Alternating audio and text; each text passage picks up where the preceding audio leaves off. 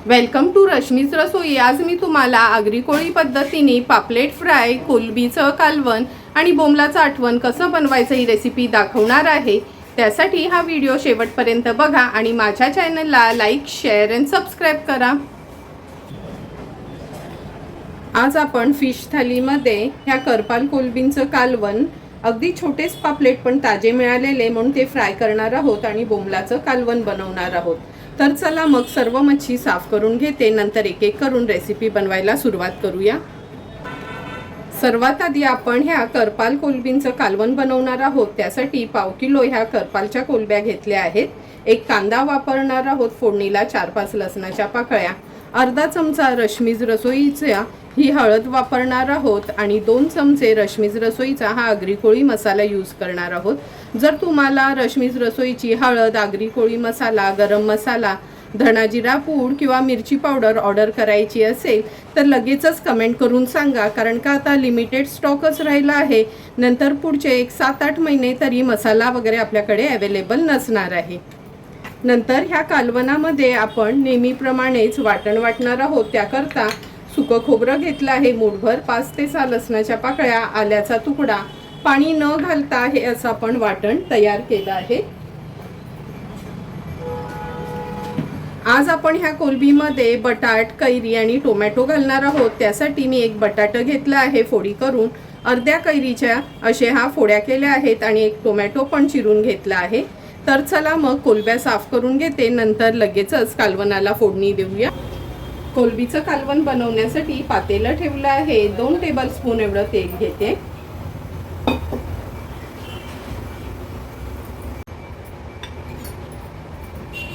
आता फोडणीला आपण ह्या लसणाच्या पाकळ्या आणि कांदा घालणार आहोत। मीडियम फ्लेमवर कांदा पण परतून घ्यायचा आहे।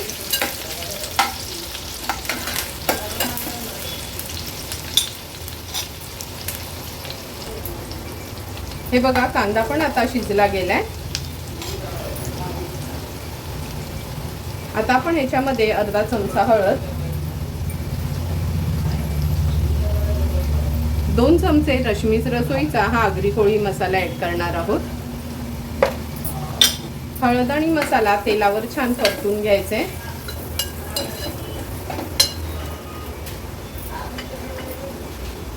आता आपण ह्याच्यामध्ये सुकं खोबऱ्याचं वाटण ऍड करणार आहोत। वाटण पण तेलावर चांगलं परतून घेते, म्हणजे कालवणाला जरी आपण कमी तेल वापरलं ना तरी छानशी तरी येते। आता आपण स्वच्छ धुतलेल्या ह्या कोलंब्या ऍड करूया। नंतर ह्याच्यामध्ये टोमॅटो, कैरी, बटाट ऍड करणार आहोत। तुम्हाला बटाट ऑप्शनलला घालायचं असेल तरी चालेल। आम्ही आगरी कोळी लोक कसं आमचं बटाटा असतंच कोलंबीच्या कालवणात, म्हणून मी बटाटा वापरला आहे।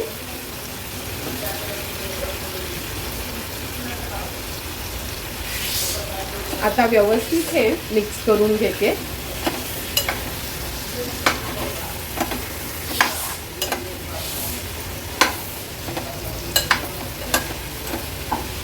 कोलंबीचं आपण पातळ कालवण करणार आहोत, त्यामुळे ग्लासभर तरी पाणी ऍड करते मी।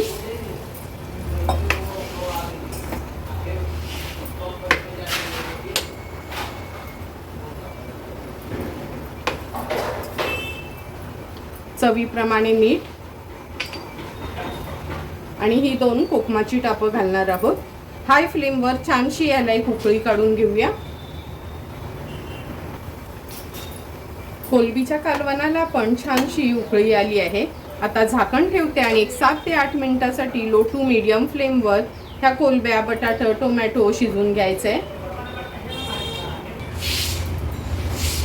7 ते 8 मिनिटं झाले, झाकण काढून बघूया। तुम्ही बघू शकता सुंदर असं आपलं कोलंबी, टोमॅटो, बटाटा, कैरीचं कालवण तयार झालं आहे।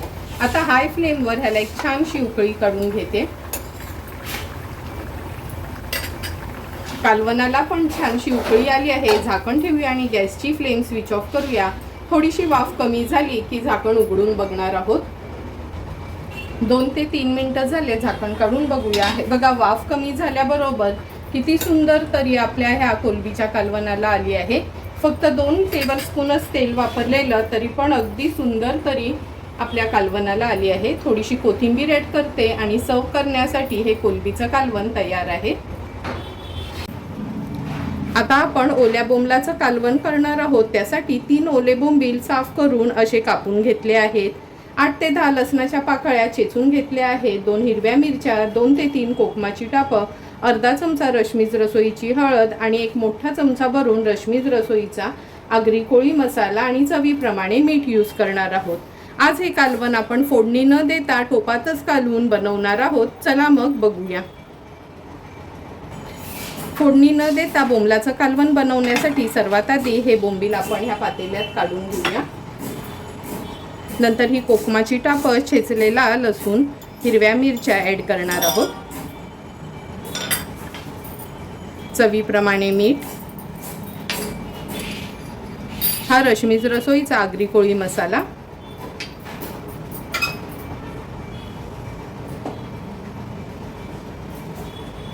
लहान छोटा चमचा हळद, 2 चमचे तेल ॲड करते। व्यवस्थित हे कालवण मिक्स करून घेते। आता हे ना आपण ह्याला म्हणजे कोलंबीचं तर पातळ कालवण केलं आहे, त्यामुळे हे ना आटवण बनवणार आहोत।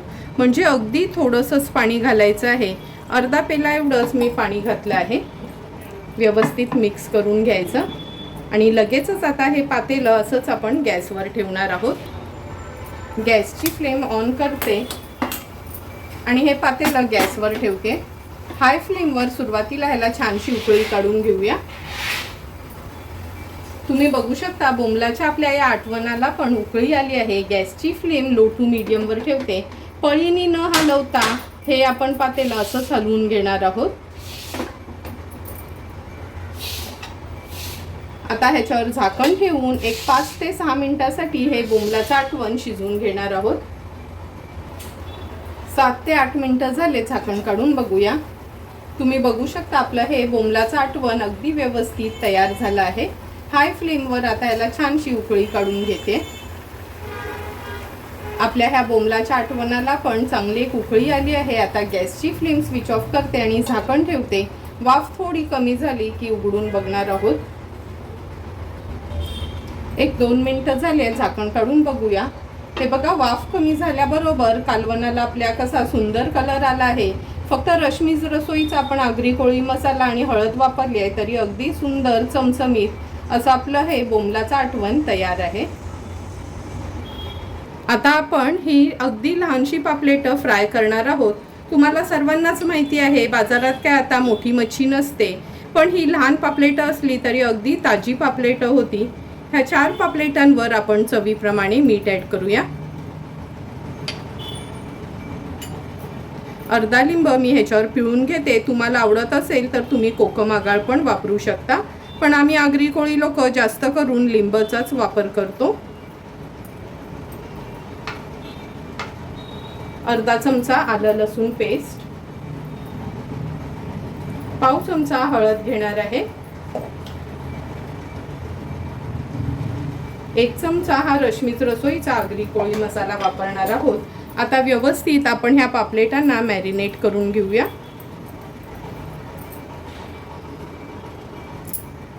पापलेटांना व्यवस्थित मॅरिनेट करून घेतला आहे। वर कोट करण्यासाठी मी अगदी थोडासा रवा आणि तांदळाचं पीठ घेतलं आहे। ह्याच्यात मिक्स करून घेते आणि नंतर पापलेटा आपण ह्याच्यामध्ये घोळून व्यवस्थित फ्राय करणार आहोत। पापलेटा फ्राय करण्यासाठी गॅसवर आपण हा तवा तापून घेतला आहे। 3 टेबलस्पून एवढं तेल घेते, कारण का हे पापलेट आपण शॅलो फ्रायच करणार आहोत। आता तांदूळ आणि रव्यामध्ये हे कोट केलेले पापलेट आपण तेलावर सोडूया। पापलेट सोडताना गॅसची फ्लेम मी अगदी लो टू मीडियम वरच ठेवली आहे।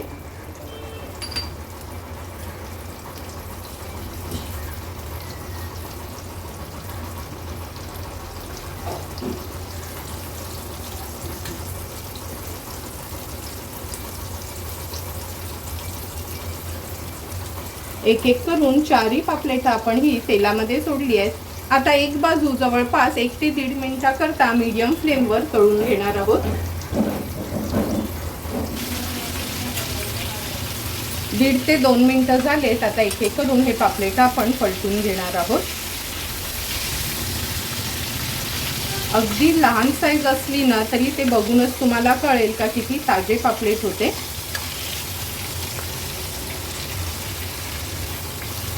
एक एक करून सर्व पापलेट आपली पलटून झाली आहेत। मागची बाजू पण आपण अशी 1.5 ते 2 मिनिटासाठी मीडियम फ्लेमवर व्यवस्थित तळून घेणार आहोत। आणखीन 1.5 ते 2 मिनिटं झालेत। पुन्हा आता मी गॅसची फ्लेम हायवर केली आहे। हाय फ्लेमवर आता एक एक करून ही पापलेट आपण पुन्हा पलटून घेणार आहोत। हे बघा, मागच्या बाजूनी पण पापलेट अगदी व्यवस्थित फ्राय झालं आहे। पलटवली की आपण अशी ना साईडला करून घ्यायची, म्हणजे जे पण एक्स्ट्राचं तेल आहे ना ते असं मधोमध येतं आणि मग नंतर मच्छी खाताना जास्त तेलकट वाटत नाही। आता तयार झालेली ही पापलेट आपण सर्विंग प्लेटमध्ये सर्व करून घेणार आहोत। सुंदर असं फिश थालीसाठी आपले हे पापलेट फ्राय, करपाल कोलंबीचं कालवण आणि बोंबलाचं आटवण तयार आहे। लगेचच आता मी ताट वाढून घेते। ताट वाढताना सर्वात आधी सुरुवात कोलंबीच्या कालवणाने करते। तुम्ही बघितलंच असेल, अगदी थोडासाच तेलाचा वापर केलेला तरी पण किती सुंदर असं आपलं हे कोलंबीचं कालवण तयार झालं आहे। हे कोलंबीचं कालवण तुम्ही चपाती, भाकरी किंवा भातासोबत पण खाऊ शकता। खास आमचा आगरी कोळी मसाला वापरून झटपट असं आपण हे कोलंबी, टोमॅटो, बटाटा आणि कैरी घालून हे कालवण तयार केलं आहे। नंतर हे बोंबलाचं आटवण मी वाढते। हे बोंबलाचं आटवण म्हणजे आमची ही ऑथेंटिक आगरी कोळी पद्धत आहे। थोडाही वाटणाचा वापर न करता असंच टोपामध्ये कालवून हे आम्ही बोंबलाचं किंवा पापलेटाचं पण सेम अशाच पद्धतीने आटवण तयार करतो। तुम्हाला पण मी बनवलेली आजची ह्या फिश थालीची रेसिपी आवडली असेल तर तुम्ही पण माझ्या पद्धतीने एकदा तरी ही फिश थाली घरी ट्राय करा आणि मला कमेंट करून सांगा की तुम्ही बनवलेली ही फिश थाली कशी झाली आहे ती। जर तुम्हाला मी बनवलेल्या ह्या फिश थालीचा व्हिडिओ आवडला असेल तर नक्की माझ्या चॅनलला तुम्ही लाईक, शेअर अँड सबस्क्राईब करा। Thank you for watching my video.